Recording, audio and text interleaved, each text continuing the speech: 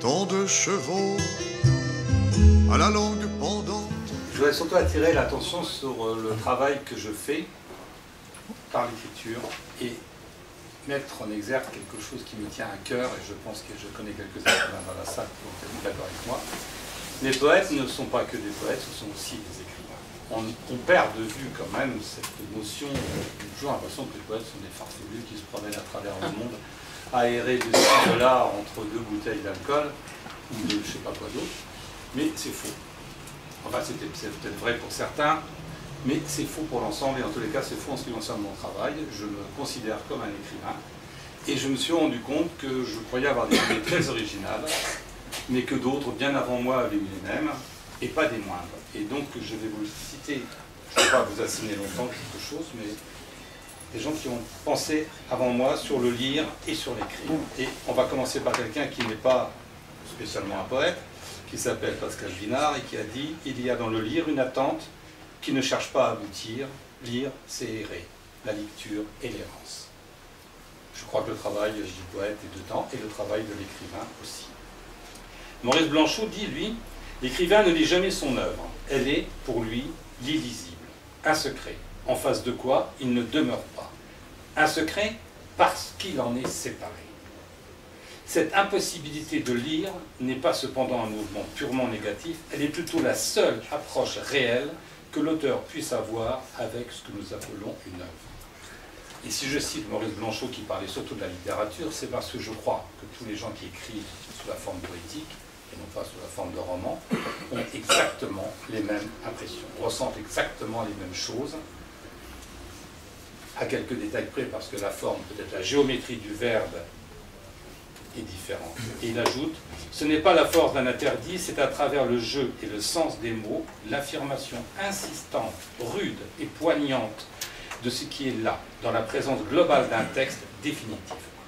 Ce refus, cependant, est le vide rude et mordant du refus, ou bien exclu, avec l'autorité de l'indifférence, celui qui, l'ayant écrit, veut encore le ressaisir à neuf par la lecture.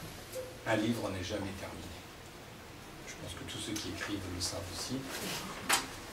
Et Henri Michaud, à qui on posait une question un jour sur la poésie, il disait, et tout le monde connaît Henri Michaud, au moment de prendre la parole pour prononcer cette conférence sur la poésie, je ne suis pas encore persuadé de son bien fondé. La poésie n'aime guère les conférences, et l'on peut aussi bien trouver de l'érudition, de l'autorité, de l'art que du pédantisme et de la bouillie, mais jamais de poésie.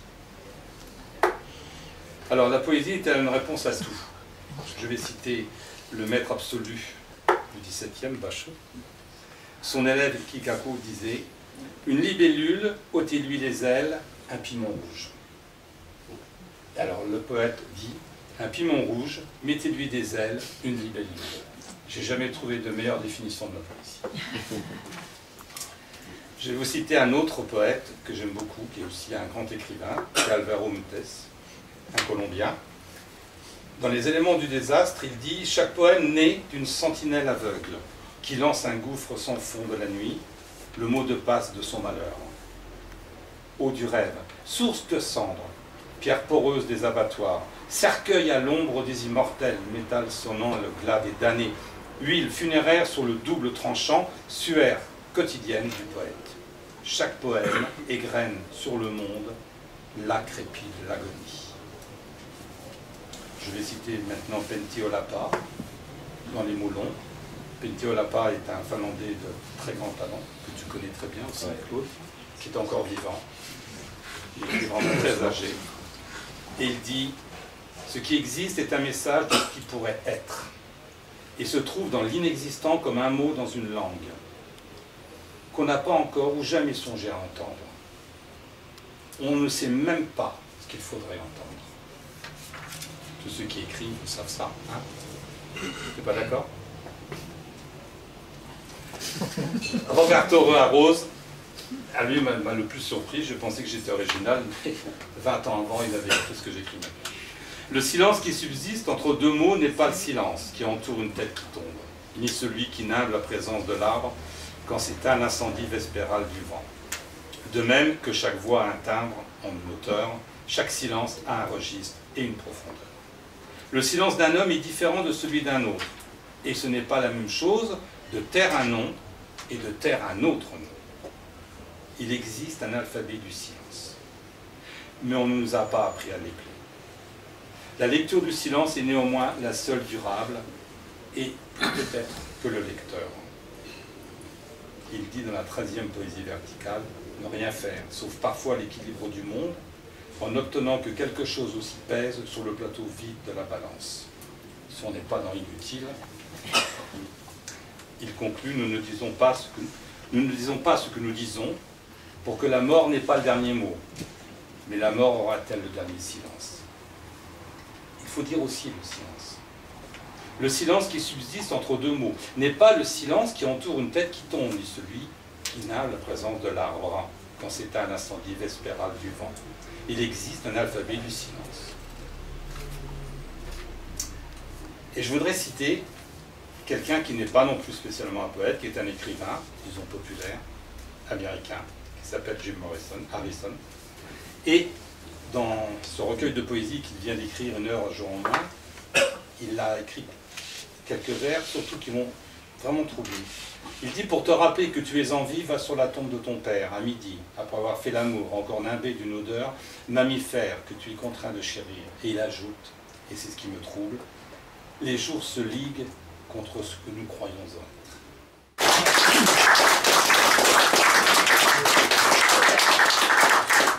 Je vais à présent donner la parole à un poète que je ne connais pas depuis très très longtemps, mais j'aime déjà énormément ce qu'il écrit. J'ai d'ailleurs recité deux textes de son prochain livre qui s'appelle L'Inachevé. L'Inachevé, c'est un arbre, c'est son ombre qui lui dira. On porte toujours quelque chose comme si on partait. Une sorte de paraphrase, on s'aperçoit une fois parti qu'on ne portait pas ce qu'il fallait. Il fallait vivre de l'ombre et parachever ce qui nous enflammait, faire comme si. D'aussi loin que poussière et chair de la barbarie, je ne sais plus. L'humain déjà, mais aimé est-il? Ou s'ignore le corps du soldat dans la lande inféminée? J'habite maintenant des haleines, celles de ta peau, de tes formes, de ton sexe. Tu m'as aimé, mes gestes, mon corps, même avec des caresses de poussière, forment une figure libre, improbable, une ombre joviale, qui fait que je reste ce que j'ai été.